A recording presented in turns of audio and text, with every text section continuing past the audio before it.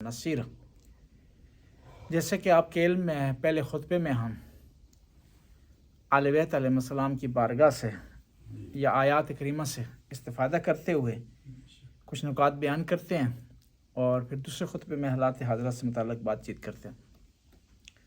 تو پہلے خطبے کے حوالے سے امام زین العابدین علیہ السلام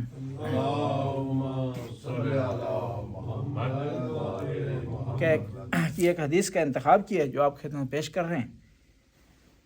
قلت لعلی ابن الحسین، راوی کہتے ہیں میں نے کہا امام زین العابدین کی خدمت میں، عرض کیا اخبرنی بجمیع شرائع الدین، کہ مولا مجھے بتائیں کہ جو شریعتیں ہیں ساری، انہوں نے مین کس چیز کا درس دیا ہے؟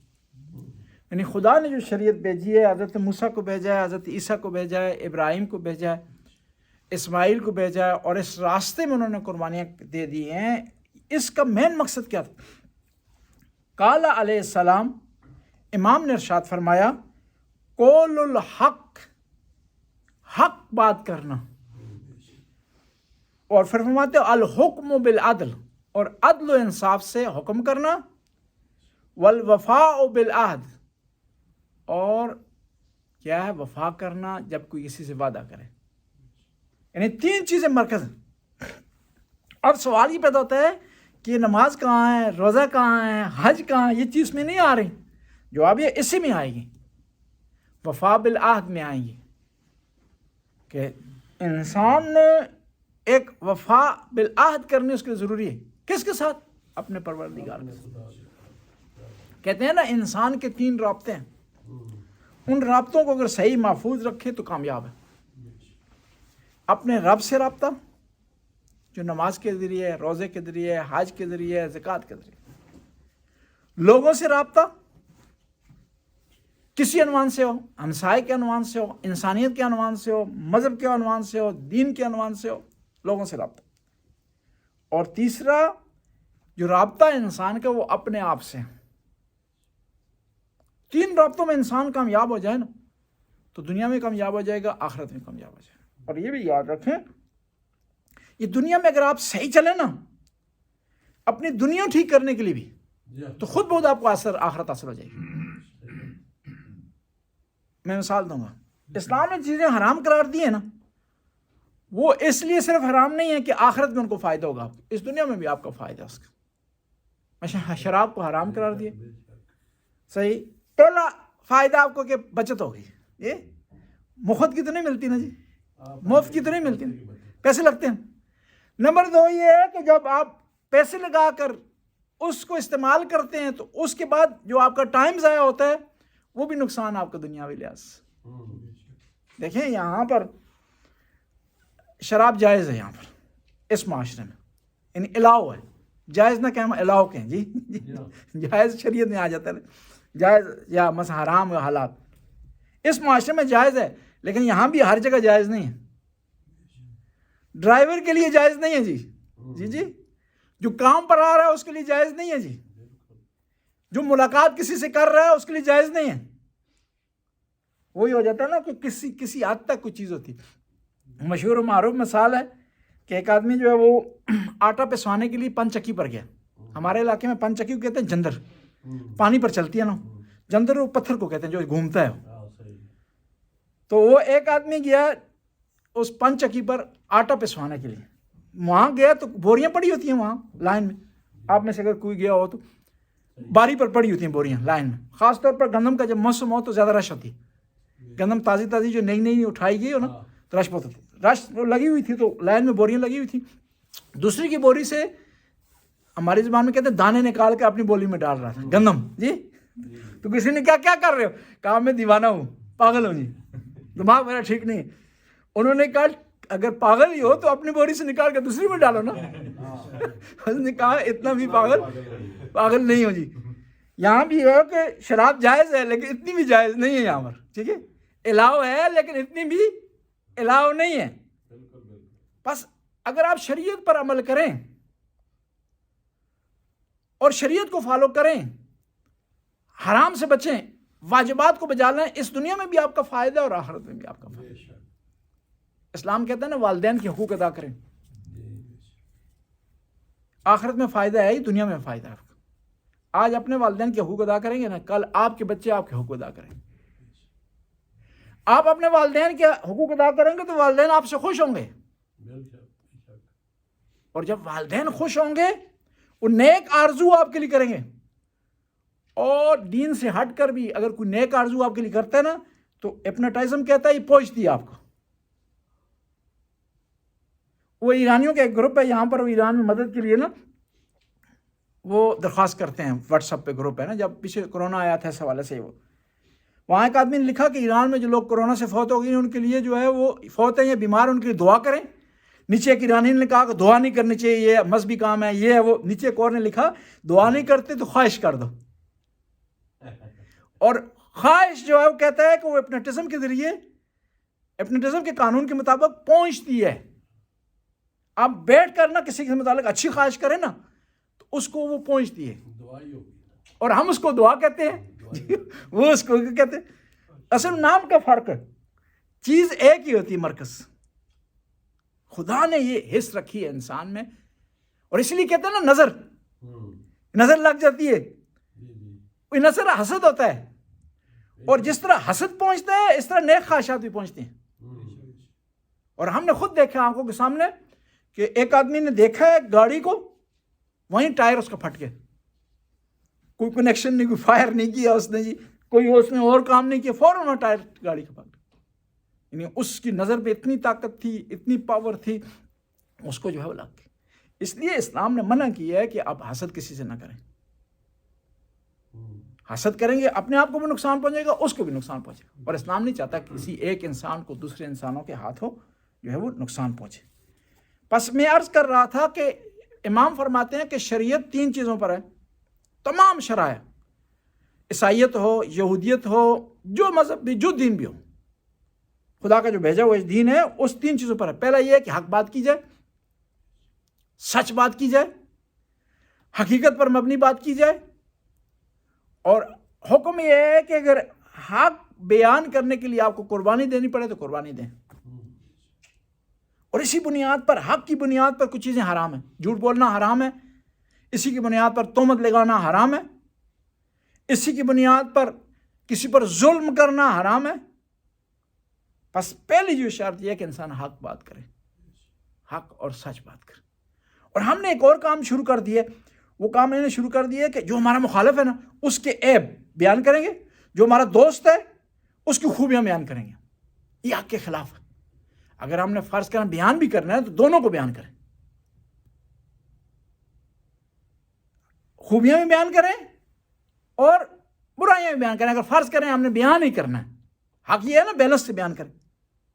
اور یہ عجیب ہے، انسان کیا کرتا ہے، اپنی خوبیوں کو دیکھتا ہے، صرف دوسروں کے عیبوں کو دیکھتا ہے. حالانکہ اس کے برعکس ہونا چاہیے، دوسروں کی خوبیوں کو دیکھے، اپنے عیبوں کو دیکھے. کیوں؟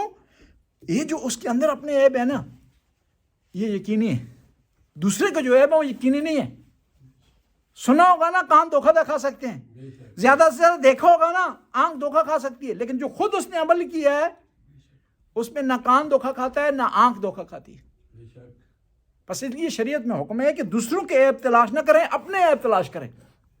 اور اپنے عیب تلاش کرنے سے مطلب یہ ہے کہ ان کو رفع کریں، ان کو کام کرنے کی کوشش کریں، ان میں بہتری لانے کی کوشش کریں. اور یہ ایک اور عجیب بات بھی انسان میں ہوتی ہے، وہ یہ ہوتی ہے کہ کیا کرتا ہے انسان، دوسرے نے کوئی سخت بات کہی اس کو مائنڈ کرتا ہے، خود کسی سے سخت بات کرتا ہے اس کو نوٹس میں نہیں لاتا. آپ سے کوئی سخت بات کرتا ہے آپ فوراً ناراض ہوتے ہیں، وہی بات آپ 20 دفعہ کسی اور کو کہہ چکے ہوتے ہیں، وہ آپ کے ذہن میں بالکل نہیں ہوتی، بھول جاتے ہیں اس کو. بس شریعت میں اس لیے حکم ہے کہ دوسروں کے عیب تلاش کرنے کے بجائے اپنے عیب تلاش کریں، اور کوشش کریں ہر دن ایک عیب کم ہو، ایک خوبی میں اضافہ ہو اور ایک عیب میں کمی آئے، تو تب آپ کی زندگی جو ہے وہ آگے بڑھے گی. حق بات کریں.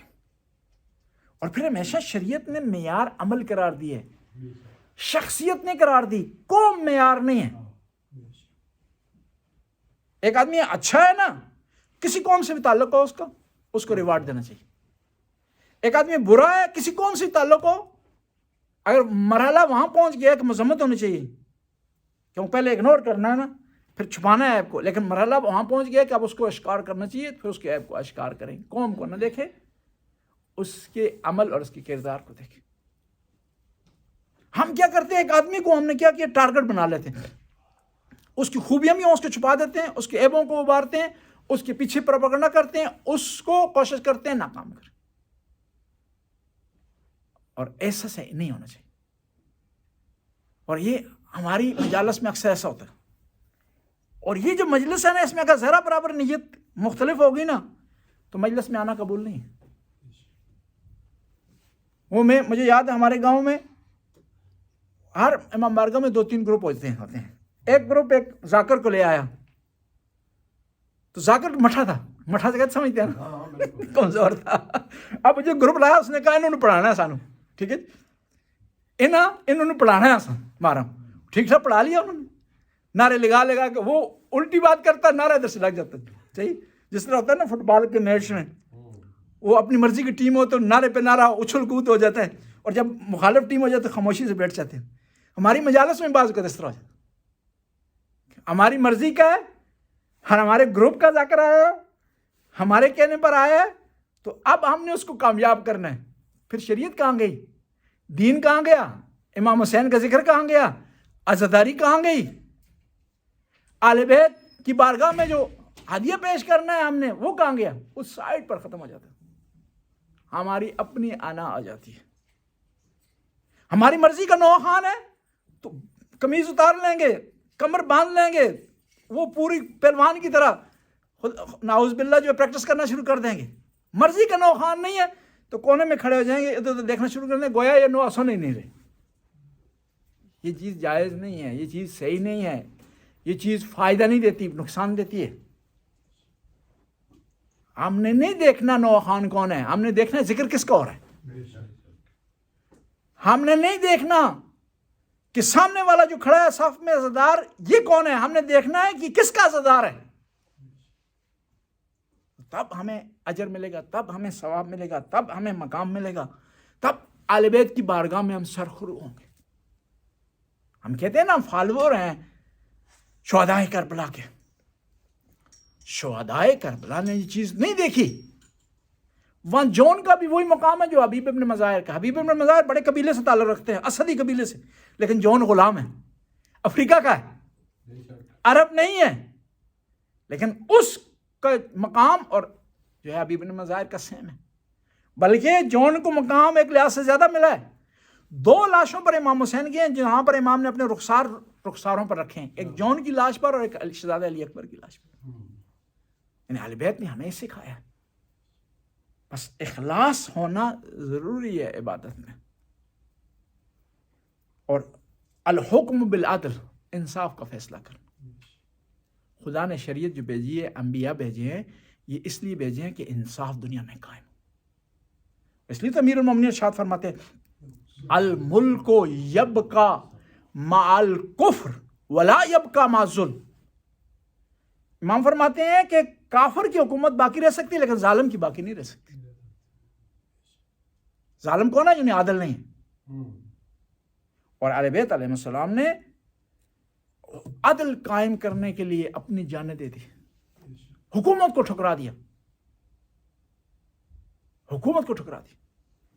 عبداللہ بن عباس ہے امیر المومنین کی بارگاہ میں، کہا امیر المومنین آپ کچھ ٹائم کے لیے اس امیر شام کو برداشت کر لیں، معاویہ کو برداشت کر لیں کچھ ٹائم کے لیے، بعد میں ہم معاملات ٹھیک کر لیں گے۔ جس طرح ہوتا ہے نا، نئی نئی حکومتیں ہوتی ہیں، قابو کرنے کے لیے عارضی طور پر شرارتی لوگوں کو ایکسیپٹ کر لیتی ہیں اور پھر آہستہ آہستہ ان کو ہٹا دیتی۔ جس طرح اسحاق خان کو پہلے صدر رہنے دیے بے نظیر نے، بعد میں آہستہ آہستہ اس کو جو ہے ہٹا دیے، مخالف ہی تھے نسل۔ امیر المومنین نے ارشاد فرمایا کہ میں مناسب نہیں سمجھتا میری حکومت میں ایک ظالم آدمی، ایک ظالم گورنر ایک دن کے لیے حکومت کرے۔ کہا یہ آپ کو تنگ کرے گا، مشکلات کھڑی کرے گا، رکاوٹ کھڑی کرے گا۔ تو امام نے کہا کھڑی کرتا ہے کھڑی کرے، مجھے خلافت نہیں چاہیے، مجھے عدل چاہیے۔ اس لیے ایک عیسائی رائٹر نے لکھا قتل علی فی المحراب بشدت عدلہ، امیر المومنین کو محراب میں اس لیے شہید کر دیا کیونکہ وہ بہت بڑے عادل تھے، کمپرومائز نہیں، عادل۔ اور تیسری چیز والوفاء بالعہد، کسی سے آپ وعدہ کرتے ہیں نا، پہلے کوشش کریں وعدہ نہ کریں کسی سے جو کر نہیں سکتے آپ، وہ وعدہ کریں جو کر سکتے ہیں۔ اور بعض اوقات انسان خوشی میں، جذبات میں آ کر وعدہ کر بیٹھتا ہے اور پھر آہستہ آہستہ اس میں سے پیچھے ہٹ جاتا ہے، یہ صحیح نہیں ہے۔ کہتے ہیں غصے میں کسی سے تلخ کلامی نہ کریں، بے ادبی نہ کریں کسی کی، اور خوشی میں کسی سے وعدہ نہ کریں، نارمل حالات میں وعدہ کریں، سارا کچھ سوچ سمجھ کے یہ وعدہ جو ہے وہ کر رہا ہوں، پیسوں کا وعدہ ہے، یہ دے سکوں گا نہیں دے سکوں گا، مکان کا وعدہ ہے، کر سکوں گا نہیں کر سکوں گا، سارا کوئی حساب کتاب کرنے کے بعد، اور پھر یہ بھی ہے کہ اپنے شریک حیات سے بھی مشورہ کر لیں۔ معاملہ اصل میں اکثر بعض کا اس طرح کہ آپ نے کسی سے وعدہ کر لیا، گھر میں گئے خزانچی کے پاس، خزانچی نے کہا خزانہ خالی ہے، آپ کیوں وعدہ کیا آپ نے؟ اب یہ خزانچی کو بھی نہ نہیں کہہ سکتے، اس کی مخالفت تو کر ہی نہیں سکتے آپ، جی کریں گے تو بھوک ہڑتال ہو جائے گی، جی گھر جیل بن جائے گا، اور اس طرف سے دوسرے آدمی کی جس سے وعدہ آپ کر رہے ہیں اس کے سامنے بھی شرمندہ ہوں گے، پھر وہاں وعدہ خلافی کرنی پڑے گی۔ بس وعدہ پہلے کریں نا، کرتے ہیں تو اس کو نبھائیں۔ صلوات پڑھیں۔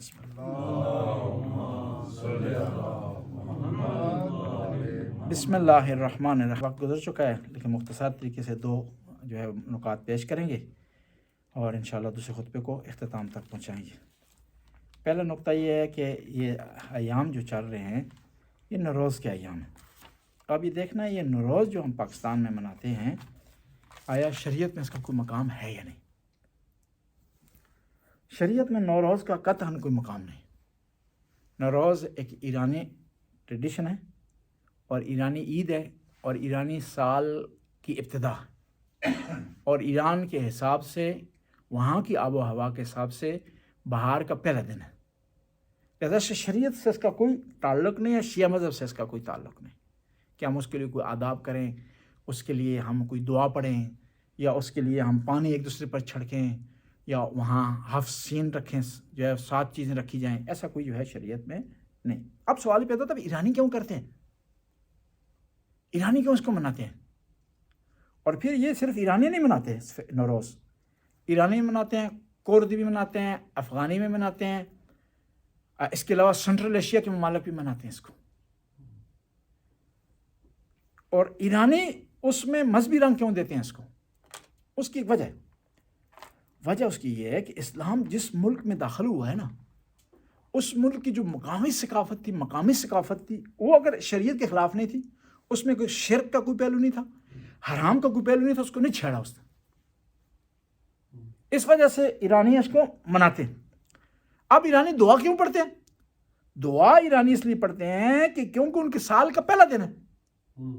ہر آدمی کوشش کرتا ہے کہ سال کی ابتدا دعا سے اس کی، اس لیے وہ دعا پڑھتے ہیں، اس لیے وہ صفائی کرتے ہیں گھر کی، اس لیے وہ آنا جانا کرتے ہیں اس دن، نہ یہ کہ شریعت میں ہے، نہ کہ کوئی جو ہے وہ حدیث میں چھپائی جاتی ہے۔ بعض لوگ اس کے لیے ایک حدیث کرتے ہیں، وہ حدیث یہ کرتے ہیں کہ اس دن امیر المومنین کو ظاہری خلافت ملی۔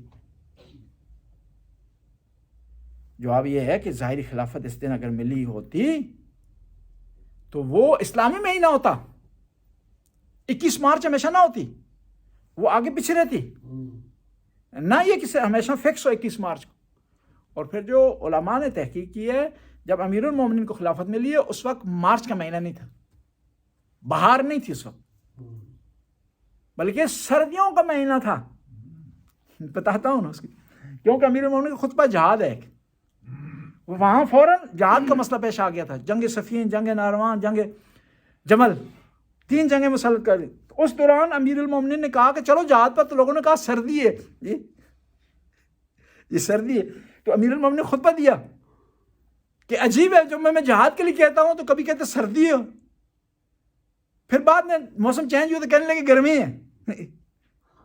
یعنی کوئی بہترین موسم ہو، آسائش ہوں، ان کے لیے سارا سامان فراہم، پھر یہ جہاد کے لیے جائیں گے۔ اور اس سے پتہ چلتا ہے کہ امیر المومنین کا جو خلافت امیر المومنین نے سنبھال لی ہے وہ بہار کا موسم نہیں تھا۔ ایرانی اگر اس دن دعا اگر پڑھتے ہیں، اگر کوئی عبادت کرتے ہیں یا سال کے جو چینج ہونے کا ٹائم ہوتا ہے اس ٹائم پہ وہ کوئی جو ہے وہ مراسم کرتے ہیں تو وہ ان کا اپنا معاملہ. بعض لوگ کہتے ہیں جی بہار ہے. بہار ہر ملک کی اپنی ہے. ایک گرم ملک کی بہار کی ابتدا ایک خاص دن سے، ٹھنڈے ملک کی ایک خاص دن سے. جو لوگ گرم علاقوں میں رہتے ہیں ان کی بہار تو فروری کے اینڈ سے شروع ہو جاتی ہے، وہ 21 مارچ سے شروع نہیں ہوتی. اور جو لوگ ناروے میں رہتے ہیں ان کی بہار تو اپریل سے شروع ہوتی ہے، اپریل کو بھی بعض کرنی شروع ہوتی. بس یہ نوروز کو مذہبی لحاظ سے منانا مناسب نہیں ہے. یہ ایک مسئلہ تھا. بس اس حوالے سے جو ہے وہ ہم نے شریعت کو فالو کرنا ہے، کسی کی ٹریڈیشن کو فالو نہیں کرنا. ایرانی ایز اے ایرانی امن کو فالو نہیں کرنا. ایرانی ایز اے شیعہ امن کو فالو کر سکتے ہیں، وہ بھی بشرطے کہ مراجع اعظام نے کسی بات کی تائید کی ہو. ورنہ ایرانی میں تو عیسائی بھی ہیں ایران کے اندر رہتے ہیں، یہودی بھی ایران کے اندر رہتے ہیں. اور انقلاب سے پہلے دنیا میں سب سے زیادہ آبادی یہودیوں کی ایران میں تھی. ایران میں تو وہابی بھی رہتے ہیں. ایران میں تو کردوں میں ایسے بعض لوگ ہیں جو شیطان پرست ہیں، جو شیطان کو فالو کرتے ہیں. ایرانی ہیں، کرد ہیں، صحیح. ہم کہیں ایرانی بس شیطان کو فالو کرتے ہیں، ہم بھی کریں. اگرچہ کرتے ہیں عملی لحاظ سے اس کو بھی معاف نہیں کرتے شیطان کو، لیکن وہ جو دلیر ہیں تھوڑے سے، وہ کھل کر کہتے ہیں ہم نے شیطان کو فالو کرنا ہے. کردوں میں ایک قوم ہے وہ کہتی ہے ہم نے شیطان کو فالو کرنا ہے. کسی نے ان سے پوچھا کہ شیطان کو کیوں فالو کرتے؟ کہتے ہیں شیطان بڑا ڈڈ ہے، اس کا مقابلہ نہیں ہو سکتا، اس سے دوستی سے کام بہتر ہے. جی اس کو فالو کرو شاید کچھ رحم کرے ہم پر. اس نے رحم نہیں کرنا، دوست کو زیادہ مارے گا. جی جس طرح امام خمینی سے کسی نے پوچھا نا کہ آپ امریکہ کے دوستی کیوں نہیں کر لیتے؟ امام نے فرمایا، امام خمینی نے، کہ اس کی دوستی زیادہ خطرناک ہے دشمنی سے. کہ وہ 65 کی جنگ میں بیڑی بیڑا آتا ہی رہا، ہم انتظار ہی کرتے رہے. جی اس طرح سے روس نے مدد کی ٹھیک ٹھاک انڈیا کی، صحیح. تو حالات جو 71 کی جنگ میں تو حالات ان کے معاملے میں چلتے رہے. ہمیں 2 ٹینک دیے، اس پر بھی پابندی لگا دی کہ آپ جنگ میں استعمال نہیں کر سکتے انڈیا کے خلاف. جی پھر صدر ایوب نے کہا کہ پھر کس لیے ہم نے لیے ہیں. جی صدر ایوب تھا جو پہلے سے جو تھا، کسی صدر تھا، اس نے بیان دیا، کہا کہ بھائی ہم نے پھر ٹینک کس کے لیے لیے ہیں؟ ٹھیک ہے، وہ اس کو جھنڈیاں لگانے کے لیے لیے ہیں ہم نے، یا اس کو جو نمائش گاہ میں رکھنے کے لیے لیے. تو بس یہ ہے معاملہ کس کا؟ نوروز کا. دوسرا مطلب جو بیان کرنا تھا ضروری تھا وہ یہ تھا کہ ماشاءاللہ انجمن حسینیہ کے انتظامیہ کو امداد دیتے ہیں. بہت اچھا پروگرام کیا ہے شہنشاہ نقوی صاحب کے حوالے سے، اور کافی گیدرنگ ہو گئی تھی.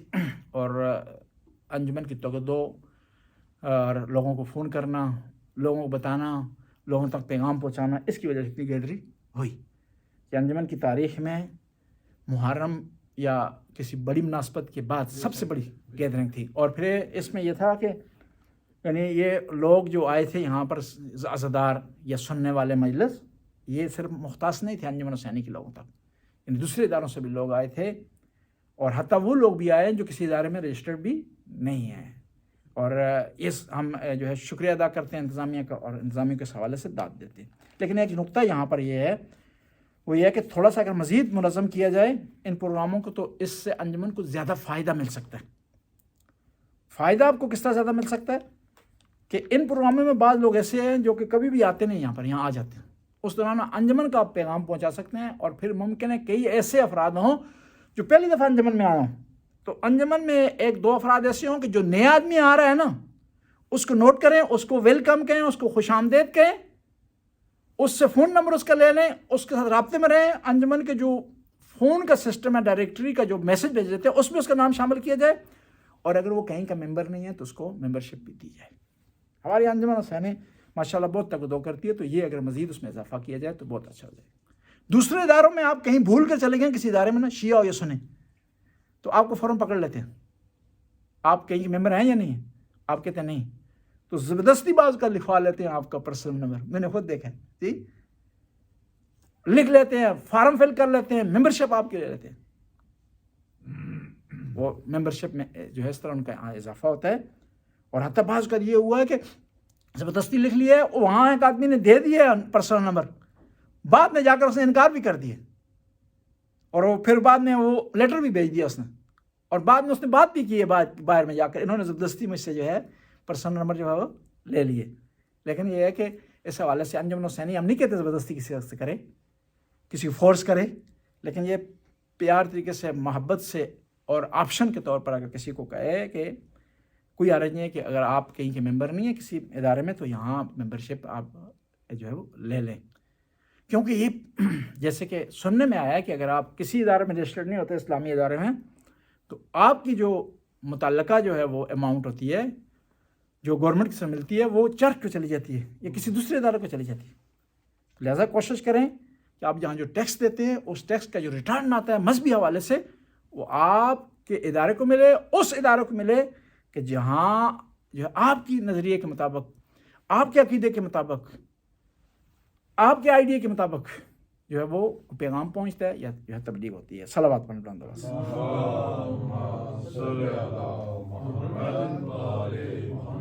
اور دوسری ایک اور جو مشکل یہاں ہمارے پاس رہتی ہے وہ گیدرنگ جب زیادہ ہو جاتی ہے تو ہمارے پاس جو اسپیشل مہمان ہوتے ہیں ان کو بٹھانے کے لیے کوئی جگہ خاص مقرر نہیں ہوتی. اگر ہو بھی تو وہاں عام لوگ چلے جاتے ہیں بعض اوقات، تو ہم معزز مہمان جو آتا ہے اس کو بٹھانے کے لیے ہمارے کے لیے مشکل پیش آتی ہے.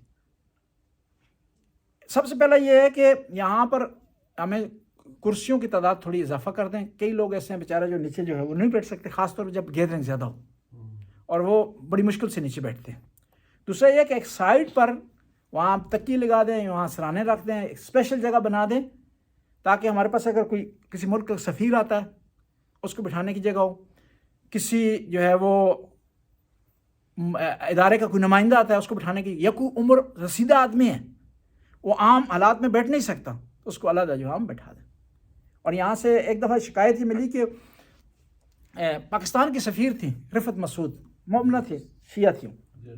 میں نے انہیں اصرار کیا کہ آپ آئیں. وہ پہلے کسی دوسرے ادارے میں جاتی تھی زیادہ.